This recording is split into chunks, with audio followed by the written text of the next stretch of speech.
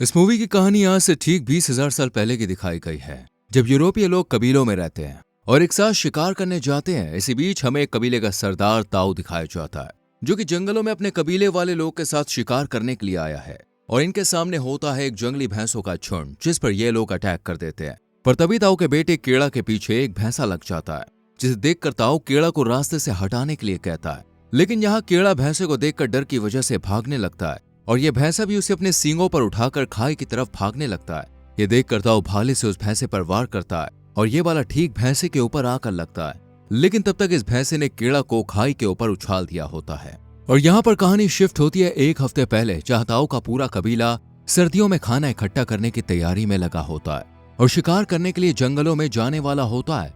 इसी रात केड़ा की माँ केड़ा के पिता ताऊ से कहती है कि अभी केड़ा को शिकार पर मत ले जाओ, मैं उसे खोना नहीं चाहती हूँ, अभी वो बहुत छोटा है। इस पर ताऊ कहता है कि सर्दियां आने वाली हैं और अगर हम शिकार पर नहीं गए तो हम सब भूखे मारे जाएंगे।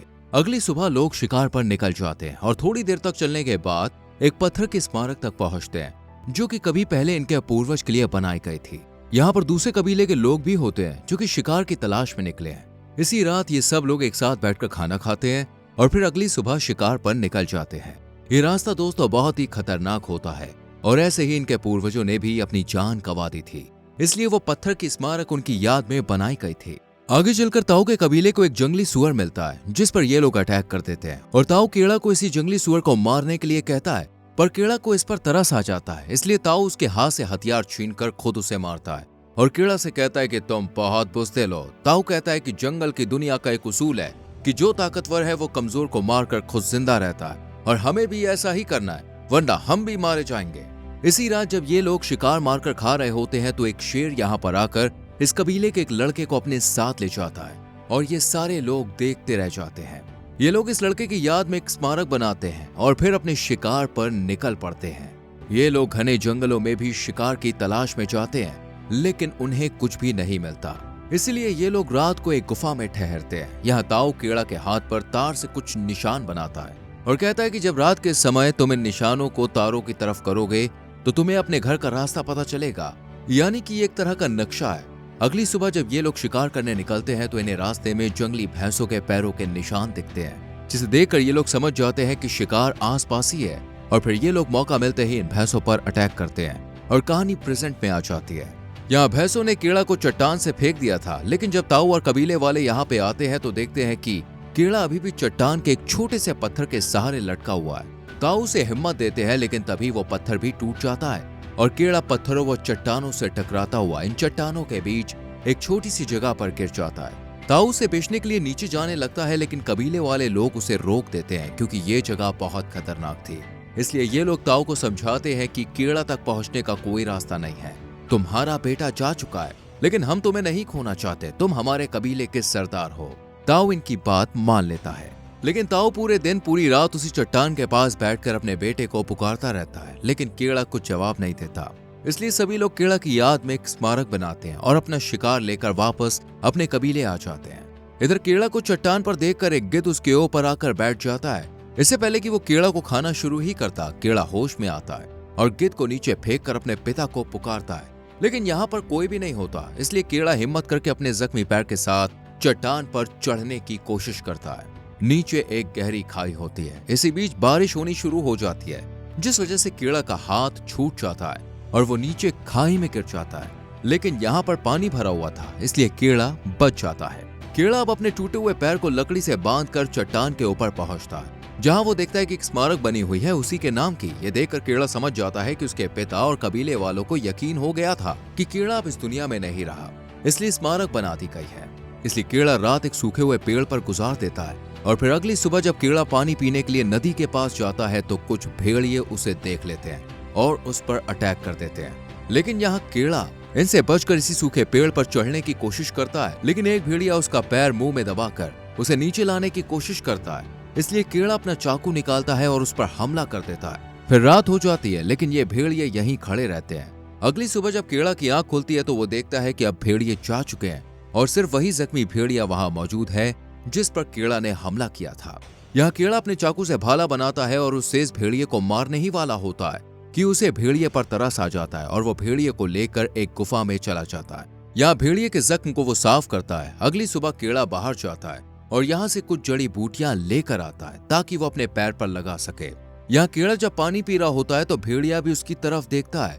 कीड़ा उसे पानी पिलाने के लिए उसकी तरफ बढ़ता है, लेकिन भेड़िया उसको देखकर गुर्राने लगता है। लेकिन फिर कीड़ा उससे कहता है कि मैं तुम्हें नहीं मारूंगा, और भेड़िया पानी पी लेता है। कीड़ा उसे खाने के लिए कीड़े भी देता है जो कीड़ा खुद जिंदा रहने के लिए खा रहा था। धीरे धीरे दोस्तों इस भेड़िया और कीड़ा के बीच अंडरस्टैंडिंग होने लगती है, और क्योंकि दोनों ही जख्मी होते हैं इसलिए कुछ समय के लिए ये लोग इसी गुफा में अपना समय बिताते हैं। रात को कीड़ा अपने हाथ पर बने टैटू और तारों को देखता है और कहता है कि मुझे अपने घर जाना है, मैं अपने घर वालों से मिलना चाहता हूँ। इसलिए अगली सुबह कीड़ा अपने घर के लिए रवाना होता है और इस भेड़िए से कहता है कि सर्दी पड़ने वाली है, तुम भी अपने घर जाओ, और अकेला यहाँ से चला जाता है। लेकिन थोड़ी देर बाद वो देखता है कि ये भेड़िया भी उसके पीछे पीछे आ रहा है। हालांकि कीड़ा इस भेड़िए को बहुत बार जाने के लिए कहता है, लेकिन ये भेड़िया कीड़ा के साथ ही चलता रहता है। और जैसे ही इस भेड़िए की नजर इन जंगली सुअरों पर पड़ती है तो ये फौरन ही इनका शिकार करना चालू कर देते हैं, पर उनके हाथ कुछ लगता नहीं है। ये देखकर कीड़ा उसे वही कीड़े खाने के लिए देता है जिनसे वो अपनी भूख शांत करता है। पहली बार भेड़िया भूख में कीड़ा के हाथ से खाता है, यानी अब दोनों अच्छे दोस्त बन चुके हैं। इसके बाद भेड़िया एक खरगोश को मार देता है, जिससे ये दोनों अपना पेट भरते हैं और फिर दोनों एक साथ सो जाते हैं। अगली सुबह जब कीड़ा नहीं उठता तो भेड़िया उसका मुंह चाट कर उसे जगाता है। कीड़ा को इस भेड़िए से बहुत ज्यादा बदबू आती है, इसलिए वो नदी में इसे नहाने के लिए फेंक देता है और फिर दोनों खूब मजे से नहाते हैं। इसी बीच भेड़िया एक मछली पकड़ता है ताकि अपना पेट भर सके। इसके बाद कीड़ा अपने घर की तरफ चल देता है। अब कीड़ा और ये भेड़िया दोनों एक साथ शिकार करते हैं और दोनों एक साथ रहते हैं। कीड़ा भेड़िए को एक नाम देता है, अल्फा। एक रात जब ये दोनों बैठे होते हैं तो यहाँ पर कुछ और भेड़िए आ जाते हैं, जिन्हें देखकर अल्फा उनके पास चला जाता है, यानी ये अल्फा का ही परिवार था। ये देखकर कीड़ा कहता है कि तुम्हें अपने परिवार के साथ जाना चाहिए, और अल्फा ऐसा ही करता है और कीड़ा अब अकेला रह जाता है। अगली सुबह कीड़ा अपने घर की तरफ बढ़ता है। अब सर्दियों का मौसम आ जाता है और तेज हवाएं, बर्फ का सामना करते हुए कीड़ा लगातार अपने सफर पर चलता रहता है। इसी बीच उसे कुछ दूर भेड़िए दिखाई देते हैं, जिनमें अल्फा भी होता है। ये भेड़िया अल्फा को शिकार नहीं खाने देता है। ये देखकर कीड़ा को गुस्सा आता है और वो इनकी तरफ भागने लगता है। इसी बीच बर्फ टूटने लगती है और कीड़ा इसके अंदर घुस जाता है। असल में दोस्तों ये एक झील होती है जो कि जम जाती है। जब अल्फा कीड़ा को अंदर देखता है तो उसे बचाने के लिए चाहता है और बर्फ को तोड़ने की कोशिश करने लगता है, लेकिन बर्फ की ये लेयर बहुत ज्यादा मोटी होती है और बहुत ही मजबूत भी थी, इसलिए अल्फा इसे तोड़ नहीं पाता। लेकिन कीड़ा हिम्मत नहीं हारता और उसका जो चाकू होता है उसे कीड़ा बर्फ तोड़कर बाहर आ जाता है और ठंड से बचने के लिए अपने कपड़े उतारता है और आग जलाकर ये दोनों यहीं सो जाते हैं। यानी अब ये दोनों फिर से एक साथ आ चुके हैं। अगली सुबह जब कीड़ा अपने सफर पर निकलता है तो उसे रास्ते में एक आदमी नजर आता है, जिसे देखकर कीड़ा बहुत खुश होता है। पर जब उसके पास जाकर देखता है तो वो आदमी बर्फ से जमा होता है और उसकी मौत भी हो चुकी थी। कीड़ा इस आदमी का धनुष और तीर ले लेता है और आगे चल देता है। रास्ते में दोस्तों इन्हें एक लकड़बग्घे का झुंड मिलता है जो इन पर हमला कर देता है, लेकिन अल्फा और कीड़ा दोनों इनसे बचकर एक गुफा में आ जाते हैं और ये गुफा होती है दोस्तों शेर की। इसलिए जब शेर इन्हें देखता है तो कीड़ा पर अटैक कर देता है, लेकिन अल्फा कीड़ा को बचाने के लिए खुद शेर का सामना करता है और दोनों के बीच घमासान फाइट होने लगती है। इसी बीच कीड़ा धनुष बाण से शेर को मार देता है, लेकिन यहाँ पर अल्फा बहुत जख्मी हो जाता है। कीड़ा अल्फा के घाव पर दवाई लगाता है और कहता है कि तुम भी हमारे जैसे हो, मैं तुम्हें हमेशा अपने साथ रखूंगा। अगली सुबह फिर से ये दोनों अपने सफर पर निकल जाते हैं और कुछ दूर चलने पर कीड़ा को वही स्मारक नजर आती है जो कि शुरुआती सफर में उसे मिली थी, यानी वो अब अपने घर से कुछ ही दूरी पर था। लेकिन जब ये लोग आगे जाते हैं तो भेड़िया जमीन पर गिर जाता है क्योंकि उसके जख्म अभी सही नहीं हुए थे। कीड़ा अल्फा को अपनी गोद में उठा लेता है और फिर से अपने घर की तरफ जाने लगता है, लेकिन अब उसमें इतनी हिम्मत नहीं थी कि वो आगे जा सके, इसलिए वो भी रास्ते में ही बेहोश हो जाता है और दोनों बर्फ में ही जमीन पर गिर जाते हैं। तभी कीड़ा को वही सीन याद आता है जब उसकी माँ उसके पिताजी को मना करती है कि इसे अपने साथ मत ले जाओ, लेकिन ताऊ कहता है कि तुम इसे जितना कमजोर समझती हो ये उतना कमजोर नहीं है। ये सब देखकर कीड़ा को तुरंत होश आता है और वो हिम्मत करके फिर से अल्फा को अपनी गोद में उठाता है और घर की तरफ जाने लगता है। थोड़ी दूर चलने के बाद कीड़ा अल्फा को लेकर अपने कबीले के पास आ जाता है और जब कीड़ा अपने कबीले में जाता है तो सब उसे देखकर बिल्कुल हैरान रह जाते हैं, क्योंकि उसकी गोद में एक भेड़िया था, वो भी जिंदा। क्योंकि आज तक तो सभी कबीले में मरा हुआ जानवर लाते थे। कीड़ा को देखकर उसके पिता बहुत खुश होते हैं। कीड़ा अपने माता पिता से बस एक ही बात कहता है कि अल्फा को बचा लीजिए, अल्फा को बचा लीजिए, और फिर वो खुद बेहोश हो जाता है। और जब कीड़ा की आंख खुलती है तो वो अपने आप को घर के अंदर देखता है और पास में अल्फा भी लेटा हुआ होता है जो कि बहुत जख्मी था।